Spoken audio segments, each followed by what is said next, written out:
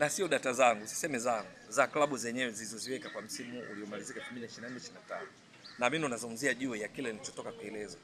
Kwa mujibu wa takwimu zilizopo kwenye ligi bora zote duniani, ligi tano bora katika kila bara, kwa kulinganisha na ligi bora zote barani Afrika, Yanga performance yake, ufanisi wake kwenye ligi kuu Tanzania bara msimu uliomalizika unaifanya ndio timu iliyokuwa inafunga mabao mengi kwa haraka zaidi kuliko timu yoyote katika ligi tano bora za kila bara. Nadhani nimeweka vizuri. Nikisema ligi tano bora kwa kila bara, na maanisha ligi tano bora za UEFA ambako ni Ulaya, ligi tano bora za CONMEBOL ambako ni Amerika Kusini, ligi tano bora za CONCACAF ambako ni Amerika ya Kati, Kaskazini na Caribbean, ligi tano bora za Oceania ambako ni OFC, ligi tano bora za AFC kwa maana ya Asia. Halafu ligi tano kwa Afrika, sasa sichukui ligi tano bora, nilisema ligi zote barani Afrika kwenye mashirikisho wanachama 54. Ukiangalia nini klabu imefanya kwenye ligi, Yanga ndio imefanya makubwa zaidi, hasa kwenye kufunga mabao, jambo ambalo nilikuwa nalinasibisha na hiki ambacho kwenye siku ya leo ya Injinia Hersi Said chini ya utawala wake ndani ya Yanga nini kikubwa kimefanyika. Sasa ilikuwa ni kwenye eneo la pa kuchezea na hasa kwenye ligi. Kumbuka ligi kuu Tanzania bara misimu minne mfululizo Yanga ni mabingwa. Sasa msimu ulimalizika 24-25, Yanga sio tu kwamba wametoa ubingwa, lakini waliweka rekodi zifuatazo. Kwanza, walifikisha pointi 82 kati ya pointi 90 zitokanazo na mechi 30, kwa sababu ligi kuu Tanzania bara ina klabu 16. Maana yake ufanisi wa Yanga ni 91+, kwa sababu mechi 30 tunatarajia maximum performance timu imalize na pointi 90. Yanga imaliza na pointi 82 ambayo ni 91. Hilo la kwanza. Lakini la pili, kwenye mabao kuna kitu tunaita minutes per goals, bao kwa dakika, yani unafunga bao moja kila baada ya dakika ngapi, kwa sababu hiki ni kipimo cha kujua timu ya mpira wa miguu ina kasi gani katika upachikaji mabao.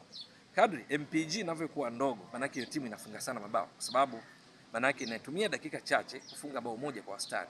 Sasa kwenye MPG dunia nzima kwenye ligi tano bora, hapa msisitizo za kwingineko, lakini kwa Afrika ligi zote kwenye mashirikisho yote kwa msimu wa 2024-2025 Yanga ndio iliyokuwa na kasi kubwa zaidi ya upachikaji mabao. Iko hivi, tunapozungumza AFC ambako ni Asia, tunazungumzia ligi kuu ya Saudi Arabia, ligi kuu ya Japani, ligi kuu ya Korea Kusini, ligi kuu ya Irani na kadhalika. Kwao hakuna timu iliyofunga mabao kwa kasi ya Yanga, kwa sababu Yanga kwa ligi kuu Tanzania bara msimu uliomalizika ilifunga mabao 83. Mabao 83 katika mechi 30, tunazungumzia dakika 2700, kwa sababu mechi 30, mechi moja ni dakika 90. 90 mara 30 dakika 2700. Zile dakika ukigawanya kwa mabao yaliyofungwa ambao ni 83, utapata Yanga hiyo tunaita MPG, minutes per goals, ilikuwa kwa wastani inatumia dakika 32 na sekunde 32 kufunga bao moja kwa wastani. Sasa ndio hii MPG, huu wastani ni wa juu mno kuliko kwingine ambako kila mara nimekuwa nikirudia.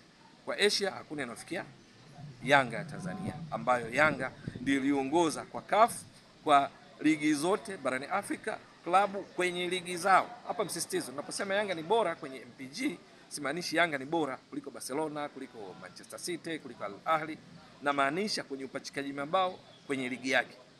Sasa ukitoka Asia unaweza kwenda OFC. OFC tunamaanisha visiwa vya Solomon, unamaanisha nchi za Vanuatu, New Caledonian, kote kule Fiji. Hakuna timu kwenye ligi tano bora za OFC ambayo kwenye ligi yao, kwenye ligi yake imefunga mabao kwa wastani huu wa Yanga wa kila baada ya dakika 32 na sekunde 32. Lakini pia ukienda CONMEBOL tunamaanisha Amerika Kusini. Ligi zao tano ni pamoja na Brazil, ligi kuu ya Argentina, ligi kuu ya Colombia, ligi kuu ya Paraguay.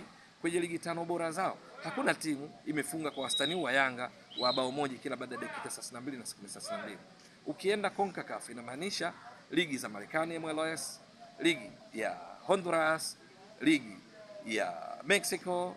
Kule kwenye ligi tano za bora Canada hakuna timu imefunga kwa wastani kama wa Yanga. Ukitoka hapo, kwa mujibu wa FIFA kama mwavuli, mashirikisho ya mabara yaliyopo ni 6. Kwa nimekutajia AFC, nimekutajia CAF ambako Yanga ndio vinara, nimekutajia CONMEBOL ambako ni Amerika Kusini, lakini CONCACAF nimetoka kukutajia.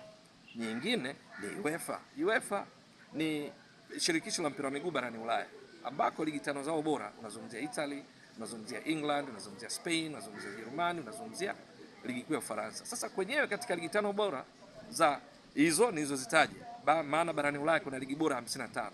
5 zilizo bora hakuna ambayo imefunga mabao kwa kasi kama Yanga. Kutoka Yanga ambayo yenyewe imefunga mabao 32, bao moja kila baada ya dakika 32 na sekunde 32.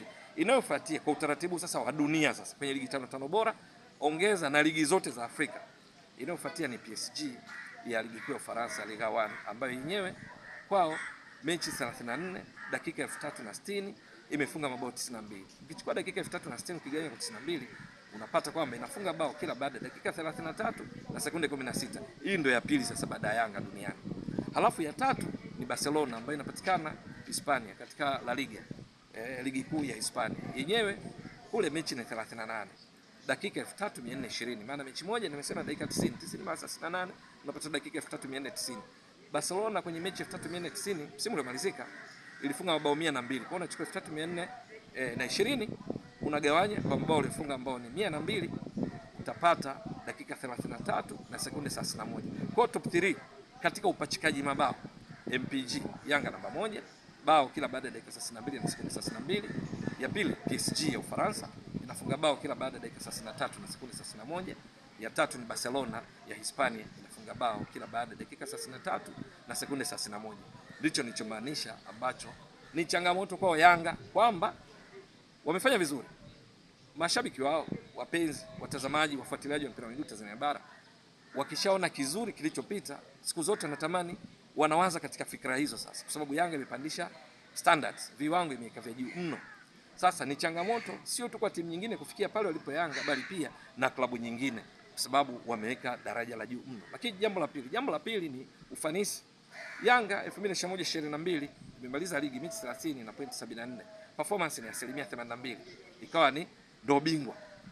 Miaka ya nyuma uhitaji kuperform timu ipate performance, ufanisi wa zaidi ya 80% ili iwe bingwa. Kuna msimu Yanga ishamaliza na pointi 55 kati ya 78 katika msimu. Maana msimu ulikuwa na mechi 26, ikawa bingwa. Performance ni 70.5. Lakini leo hii timu ukiwa na ufanisi huo, uhakika wa ubingwa haupo, kwa sababu Yanga wamepandisha daraja. Ni vipi?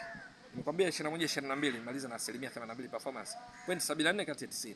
Msimu uliofuatia 2022-23 Yanga ikamaliza na point 78. 78 ni ufanisi au tuseme performance ya 87%. Kwa hiyo imepandisha kutoka 82 ikaenda 87. Kumbuka watani zao jadi Simba walipandisha kutoka pointi walizokuwa nazo hapo kabla wakafikisha pointi 73. Lakini wakati wanafikisha pointi 73, Yanga wameongeza tena pointi wanafika 78. Kwa ufanisi wa Simba ulikuwa ni 81%. Miaka ya nyuma tayari anakuwa bingwa, lakini Yanga kafikisha pointi 78 ambayo ni 87%. Akawa amekuwa bingwa. Msimu unaofuatia tena 2023-24 Simba walimaliza pointi 69 sawa na Azam. Azam walimaliza wa pili kwenye ligi, ni performance ya 77% ambayo kwa misimu ya nyuma unakuwa bingwa, kwa sababu msimu wa 2017-18 Simba walikuwa bingwa kwa kupata pointi 68 ambao ni ufanisi wa 77%. Azam walikuwa wa pili. Yanga ilikuwa ya tatu na pointi 52. Azam walimaliza na pointi 58 ya pili. Simba 68 ilikuwa bingwa. Yanga yenyewe msimu wa 2016-17 ilitoa ubingwa ligi kuu Tanzania bara. Mechi 30 ilimaliza na pointi 68 tu ikawa bingwa. Lakini msimu huu wa 2023-24 Yanga ikaongeza ikapata pointi 80 kati ya 90 zilizotokanazo na mechi 30. Ni ufanisi wa 89%.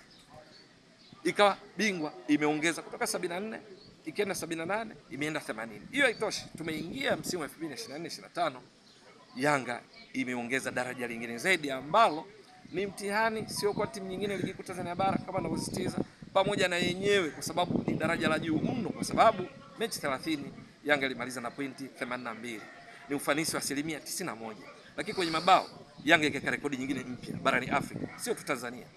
Ilifunga mabao mengi kuliko points, kwa sababu katika mpira wa miguu kwenye ligi ukishinda mechi moja unapata pointi 3. Ni nadra sana timu kuwa na mabao mengi kuliko pointi, kwa sababu pointi unazipata 3 ukishinda. Wakati kushinda unaweza kushinda 1-0 unapata pointi 3. Unaweza kushinda mechi 10 ukafunga bao 1-1 bila 1-0 ukafunga mabao 10 na pointi 30. Lakini Yanga wamefunga mabao 82, pointi 83. Yani idadi ya mabao imezidi pointi. Hii haijatokea Afrika nzima kwa msimu uliomalizika katika ligi zote bora 27, kuanzia ligi kuu ya Misri mpaka ligi namba 27 ligi kuu ya Burkina Faso. Yanga kwa kufanya hivyo ikawa ndipo imeungana tu na kwingineko nje ya Afrika ambako ni Barcelona, walifunga mabao mengi kuliko pointi, mabao 102, pointi 88. Wakaungana na timu kama PSG iliyofunga mabao 92 kuliko idadi ya points, wakaungana na Liverpool iliyopata pointi 84, mabao ilifunga 86. Hizi ni miongoni mwa timu ambazo zilimaliza na mabao mengi kuliko points. Wakaungana na Bayern Munich ilifunga mabao mengi kuliko idadi ya points duniani hapo.